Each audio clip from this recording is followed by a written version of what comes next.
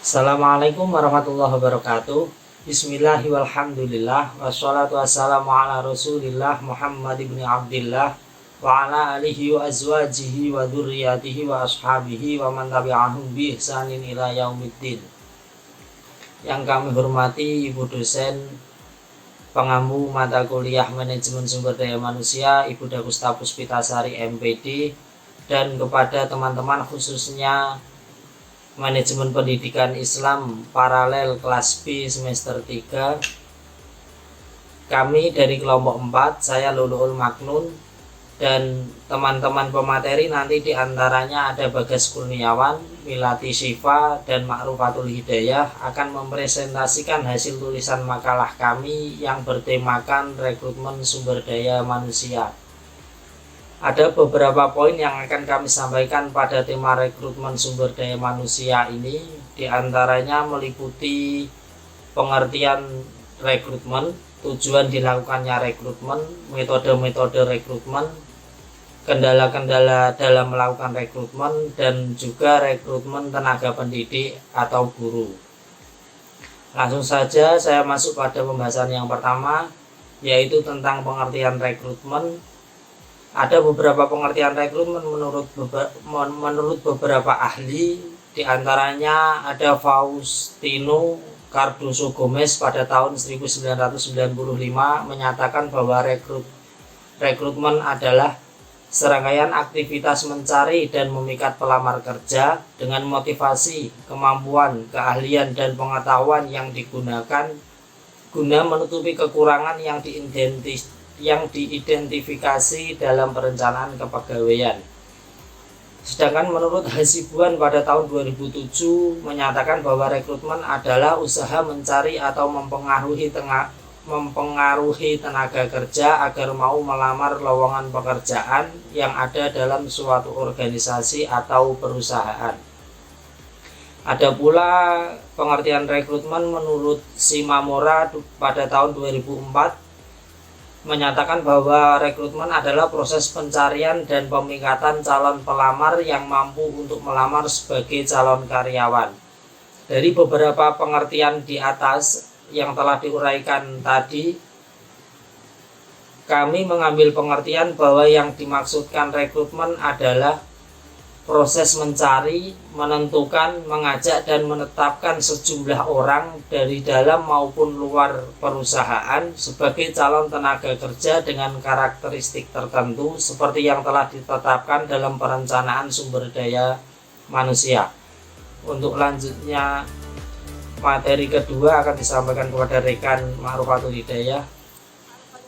Prodi MBI semester 3 paralel.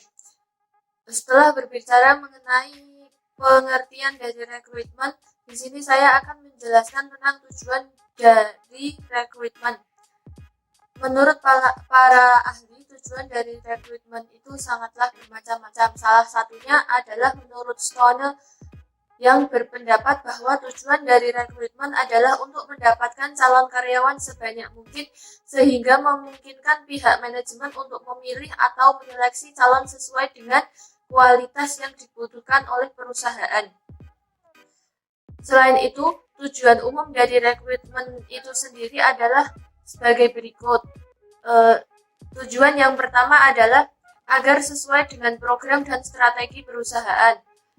Tujuan yang kedua, untuk menentukan kebutuhan tenaga kerja dalam jangka pendek maupun dalam jangka panjang. Untuk tujuan yang ketiga, tujuan dari rekrutmen adalah untuk mendukung kebijaksanaan perusahaan dalam mengelola sumber daya manusia yang beragam. Tujuan yang keempat adalah untuk membantu dalam meningkatkan keberhasilan proses pemilihan tenaga kerja dengan mengurangi calon karyawan yang jelas tidak memenuhi syarat menjadi karyawan. Tujuan selanjutnya untuk mengurangi kemungkinan keluarnya karyawan yang baru bekerja. Tujuan yang keenam adalah sebagai upaya dalam mengkoordinasi penarikan dengan program pemilihan dan pengembalian tenaga kerja. Tujuan yang ketujuh, melakukan evaluasi efektif tidaknya berbagai teknis yang dilakukan dalam penantian tenaga kerja. Tujuan yang terakhir adalah memengaruhi kegiatan perusahaan untuk mendukung program pemerintah dalam hal mengurangi tingkat pengangguran. Oke, kita lanjut. Metode rekrutmen. Metode rekrutmen terdiri dari dua, yaitu metode terbuka dan metode tertutup. Metode terbuka yakni organisasi mengumumkan jabatan yang kosong pada papan pengumuman lisan atau media lain sehingga memberikan kesempatan pada semua pegawai untuk mengajukan lamaran secara formal. Kelebihan dari sistem ini adalah mendapatkan banyak calon, namun kelemahannya adalah memakan banyak waktu. Dan metode tertutup yaitu di mana pegawai tidak mengetahui jabatan yang kosong dengan jelas. Kelemahan dari sistem ini adalah munculnya aspek-aspek nepotisme. Kelebihannya, kita dapat mencari tenaga kerja dengan cepat. Lanjut, kendala-kendala rekrutmen. Perekrut yang sukses haruslah peka terhadap kendala rekrutmen. Batasan-batasan ini muncul dari organisasi, perekrut, dan lingkungan eksternal. Kendala-kendala yang lazim dijumpai dalam rekrutmen meliputi 1. Karakteristik organisasi, 2. Citra organisasi, 3. Kebijakan organisasi, 4. Kebiasaan-kebiasaan perekrut, 5. Kondisi eksternal, 6. Daya tarik pekerjaan, dan 7. Persyaratan pekerjaan. Di sini saya Melati Syifa akan melanjutkan materi tentang rekrutmen tenaga pendidik. Ada 4 poin yang akan saya sampaikan. Poin pertama adalah prinsip-prinsip rekrutmen tenaga pendidik. Di sini ada beberapa yang harus dipegang teguh dalam perencanaan dan pelaksanaan rekrutmen tenaga pendidik. Yang pertama, ada rekrutmen guru harus dilakukan secara terencana dan matang. Yang kedua, rekrutmen guru harus dilakukan secara objektif. Maksudnya objektif di sini adalah diterima atau tidaknya itu seperti apa. Yang ketiga, materi seleksi pegawai baru harus komprehensif agar didapatkan tenaga pendidik yang profesional. Kemudian poin yang kedua adalah proses rekrutmen tenaga pendidik. Ada persiapan rekrutmen, penyebaran pengumuman, penerimaan lamaran, dan yang keempat seleksi pelamaran. Lanjut ke poin ketiga, yaitu proses seleksi calon pendidik baru. Ada beberapa prosesnya di sini. Yang pertama, tahap wawancara saringan. Yang kedua, pengisian formulir. Yang ketiga, wawancaranya itu sendiri. Yang keempat, tes pelaksanaan seleksi. Yang kelima, pemeriksaan referensi dan latar belakang dari calon pendidik itu. Yang keenam, pemeriksaan fisik. Yang ketujuh, keputusan pengangkatan pendidik baru. Lanjut poin keempat adalah poin yang terakhir adalah persyaratan menjadi pendidik atau guru. Adapun beberapa syarat telah disebutkan dalam Peraturan Perundang-undangan Republik Indonesia tahun 2005 nomor 19 bahwa guru atau pendidik harus memiliki kualifikasi akademik dan kompetensi sebagai agen pembelajaran, sehat jasmani dan rohani, serta memiliki kemampuan untuk mewujudkan tujuan pendidikan nasional. Terima kasih. Dari beberapa poin yang telah disampaikan rekan-rekan tadi, kami mengambil kesimpulan bahwa yang pertama, rekrutmen adalah proses mencari, menentukan, mengajak, menetapkan sejumlah orang dari dalam maupun luar perusahaan sebagai calon tenaga kerja dengan karakteristik tertentu seperti yang telah ditetapkan dalam perencanaan sumber daya manusia. Untuk mendapatkan sumber daya yang berkualitas, maka harus dimulai sejak proses rekrutmen. Rekrutmen yang tepat tentu akan memudahkan proses penempatan yang tepat pula. Oleh karena itu, setiap perusahaan atau organisasi harus benar-benar tepat dalam melakukan rekrutmen, sehingga diharapkan para pelamar yang direkrut dapat menyelesaikan tugas dan pekerjaan dengan seefisien mungkin guna tercapainya tujuan perusahaan atau organisasi tersebut.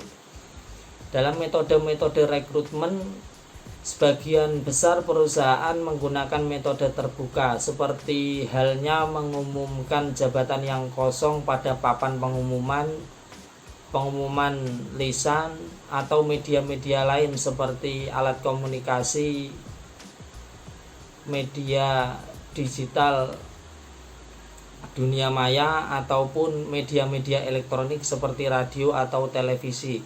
Sehingga dalam media terbuka tersebut memberikan kesempatan pada semua calon pelamar untuk mengajukan lamarannya secara formal, dan tak menutup kemungkinan pula ada juga perusahaan yang menggunakan metode tertutup dalam melakukan rekrutmen.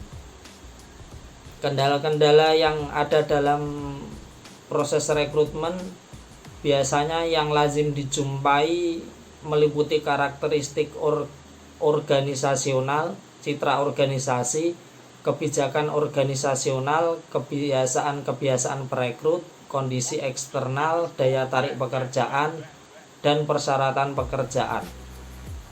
Pada poin rekrutmen pendidikan guru, pendidik adalah merupakan suatu unsur terpenting yang menentukan keberhasilan peserta didik di suatu perusahaan.